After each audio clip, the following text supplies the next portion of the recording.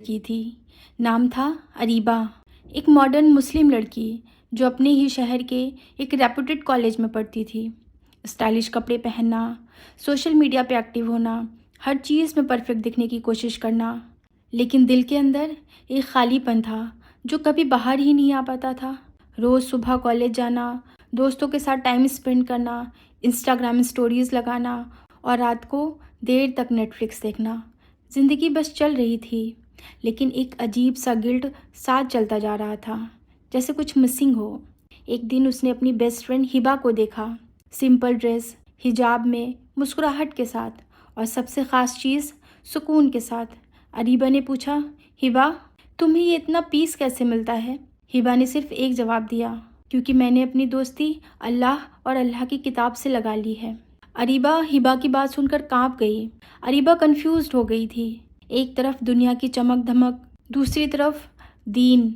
College में एक seminar था, यूथ और इस्लाम का ताल्लुक। अरीबा बस टाइम पास करने चली गई थी, लेकिन वहाँ जो उसने सुना, उसने उसे अंदर तक झटका दे दिया। एक स्कॉलर कह रहे थे, तुम अपनी दुनिया बना रहे हो, लेकिन आखिरत को भूल रहे हो।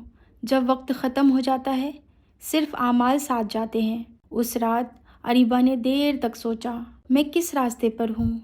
क्या ये रास्ता मुझे आखिरत तक ले जाएगा? अब अरीबा ने डिसाइड कर लिया, मैं अपनी ज़िंदगी का डायरेक्शन बदलूंगी। अरीबा ने हिजाब लेना शुरू कर दिया, लेकिन स्ट्रगल इजी नहीं था। कॉलेज में लोग कहने लगे, कोई कहता, ये क्या हो गया है तुझे?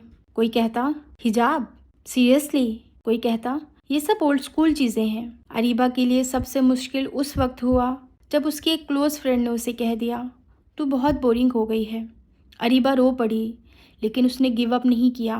हर दिन कुरान की तिलावत, टाइम पर नमाज पढ़ना और सोशल मीडिया का लिमिटेड यूज़ करना। उसने अपना स्टाइलिंग चेंज किया और सबसे इम्पॉर्टेंट, उसने अपनी नीयत को ठीक किया। 6 महीने बाद अरीबा वो अरीबा नहीं रही थी। चेहरे पर एक रूहानी नूर था। दुनिया से कनेक्शन कम हो गया था, लेकिन अल्लाह ताला से ताल्लुक बहुत गहरा हो गया था। पहले सिर्फ लाइक्स और आउटसाइड वैलिडेशन चाहिए थी, अब दुआओं की तलाश थी। अरीबा ने अपना एक एनोनिमस ब्लॉग स्टार्ट किया, रूह का सफ़र, जहां वो अपनी जर्नी शेयर करती थी।